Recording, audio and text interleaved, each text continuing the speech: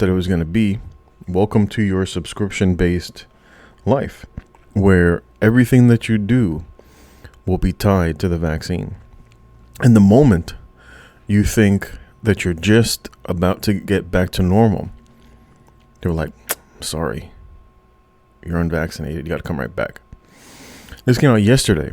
Pfizer CEO says fourth COVID vaccine doses may be needed sooner than expected due to the Omicron.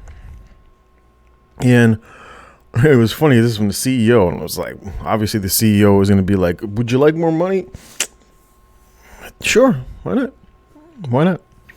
This is when you see the real data will determine if the Omicron will be covered by the third dose. And this is what they told everybody. You got to go out there, get your third dose. Get your third dose before the Omicron hits us. Right? And then all the normies run out there and they're like, jab me now. I don't want to die. And they're like, oh, you're safe. And they're like, thank God, I've got my vaccine. I'm safe. And then the CEO comes right back. And it's just like, and the second point is that I think we need a fourth dose, said Borla, who is the Pfizer CEO. As the Pfizer CEO originally expected a fourth dose 12 months after the third, but told CNBC it might be needed faster than that. And like I showed in my other video in the UK, where the UK was like every 3 months, I think it's going to be every month or two. That's just my thought. Just looking at the data of how long it lasts, I'm betting on every 2 months. When I was telling other nurses, and they were like, every 6 months? And I was like, it's going to be every 3. And they're like, no way. What kind of vaccine you get every 3 months? And here we are. This will be your life. And so, of course, the moment, like I said, I've said it so many times, it's just a little wheel. The moment you hop off that wheel, you're considered unvaccinated. You could be on your 5th dose. You could be on your 10th dose. You could be on your 100th dose. And the moment you come off that wheel, it's like, I'm sorry, you're unvaccinated. You are completely removed from society. You'll be completely removed from society. And this is the route that they want to go. They need people, because it's communism. Like, if you just understand communism, communism by nature will produce less stuff. Just look at China. China has weak production by comparison to a free economy. Because the people are literally just producing enough so that they don't get shot. And that's what you get. You get what we got right now. Like, you see everybody quitting their job, right? You see everybody quitting their job. What happens? Production dramatically slows down. And so when you only have a finite amount of stuff that's going to get produced, they got to lock you down. That's why you hear them talking about you will own nothing. What is it? I think there was a recent poll that came out yesterday that the federal government owns 50% of all the mortgages in the country. 50% of all mortgages are owned by the Federal Reserve because they buy all the mortgage-backed securities.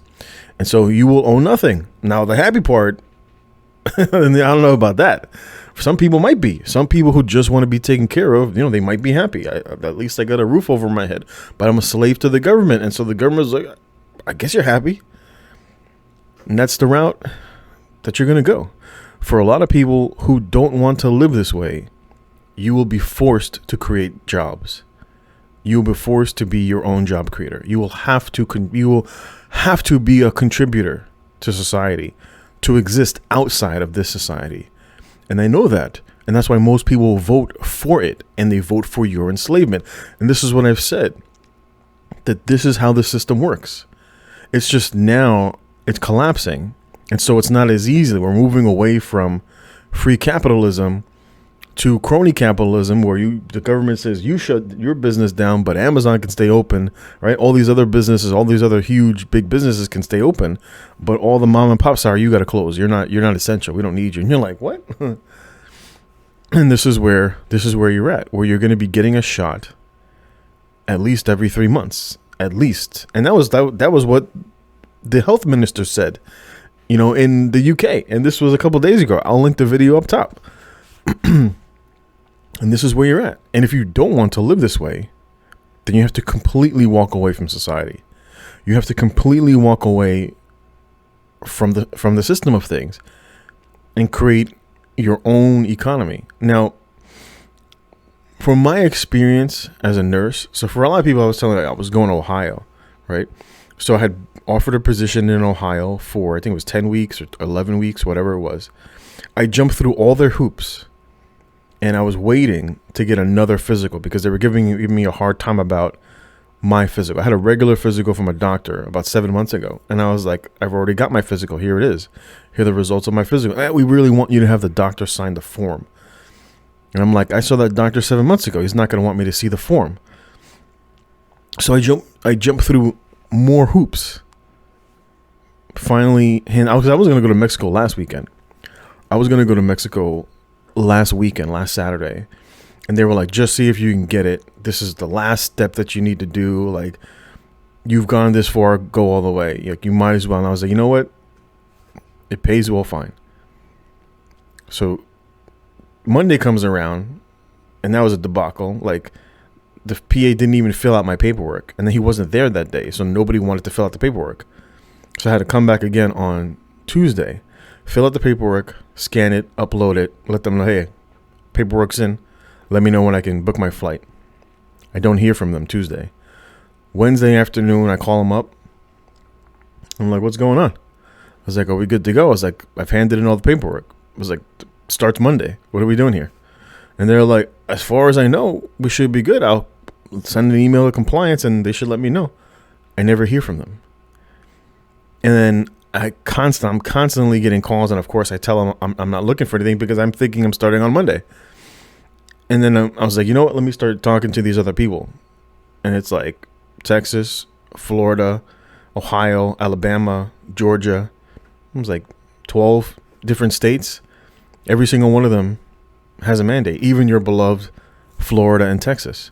And I'm like, well, wait a minute. Didn't the courts put a stop to that? They held it in every single state.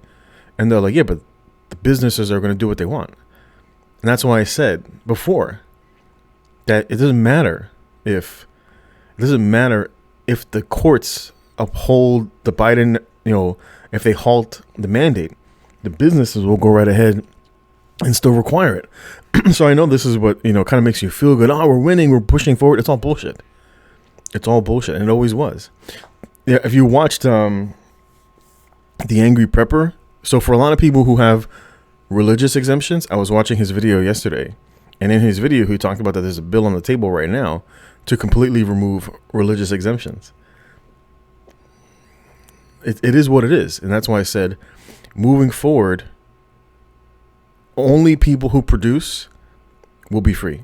You'll have to find someplace else to live. You'll have to find another country, wherever works for you, or you'll have to be in a remote part where you're so far away from the government, like in Alaska, that they'll leave you the fuck alone. But because you got to go where the communists won't follow you. And this is just a reality. Everybody under the system will be enslaved through medical tyranny. This is going to be your life for how long it will last. People will starve because production will dramatically slow down. That's just a reality. In these systems of oppression, people barely work. They work as much as they can so that they don't get shot. And that's what you see in places like in China. China is slowing down. Their young people don't want to work. They got, what do they call it? Lying down is the thing that young people do. They're just like, I'm not going to work. I'm not going to sit here and I'm not going to work, 6 days for 12 hours a day from 6 to 6. It's not going to happen. So they don't contribute at all to society. And their society is crumbling because that's what happens in a system of oppression. It is what it is. But this is their route. This is how they oppress you without you really understanding what's going on. You think it's all about a pandemic, but it's really all about control.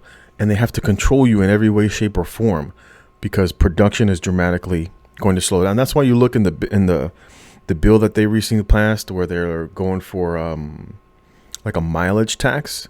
They're going to move away from EVs, because production is dramatically going to slow down, and they know it. They know that production will slow down. And so you have to control all the resources and only divvy out the resources as much as you can. That's just look at their plan. It's like this stuff is not a secret. They openly state how they want to do this stuff, and people are just like, that's crazy. That's like some science fiction type shit. They're like, they're never going to do that. And then they do it. And then you're like, oh shit, what do we do now? It's like nothing, because it's fucking too late. But it is what it is. Like I said, it was going to come. People thought, it's not going to come here. Maybe over there in quacky UK. Maybe in Australia. Ain't nobody going to raise a gun to the federal government. We just don't have the men. That's the reality. Those are the strong men create good times. Good times create weak men. And weak men bring about hard times. And that's where we're at. We're in the cycle, right? We're just in the cycle. We're in the cycle of weak men. And it will result in hard times. And it's not that the weak men become strong. It's that the weak men get culled. And that's what most of these men have to look forward to. The culling of them dying, starving. That's just a reality. All you can do is prepare the best you can. Or get out and try to find someplace else to live. The Jews did it, and it worked out for them. They left Germany. They saw the culling. The culling came. And they were like, I'm getting the fuck out of here. Some of them did. A lot of them didn't. And you saw the outcome. History repeats itself. And those who do not learn from history are doomed to repeat it. That is the old saying, because it's true. Because it's true. And so if you see the writing on the wall, completely up to you. I'm just sounding the alarm. It's time to go. At least for me, I'm leaving. I'm leaving at the end of the week, tomorrow, Saturday. Time to go. If you can't work, what are you going to do? Got to leave the country. It is what it is. It is what it is.